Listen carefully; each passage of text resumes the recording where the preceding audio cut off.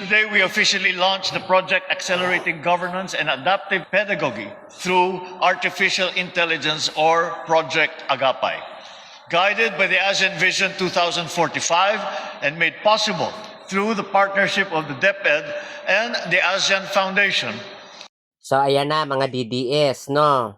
Tuloy-tuloy ang pagtatrabaho nung sinasabi nyo na 3% ang trust ratings at performance.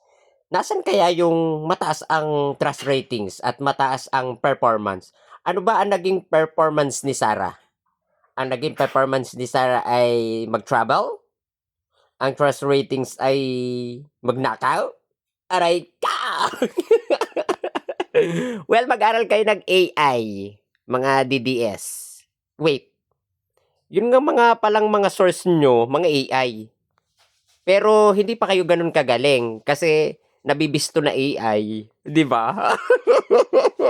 Yung pinakalat nyo kay PBBM, na Pulburon Kuno, yung kay Saldico. Ay! Mag-aral kayong mabuti, ayan, no, mapapag-aralan na ang AI. Mag-aral kayo at para naman matuto, hindi kayo maging babayan. Huwag kayo magalit, doon lang tayo sa totoo. Babayan.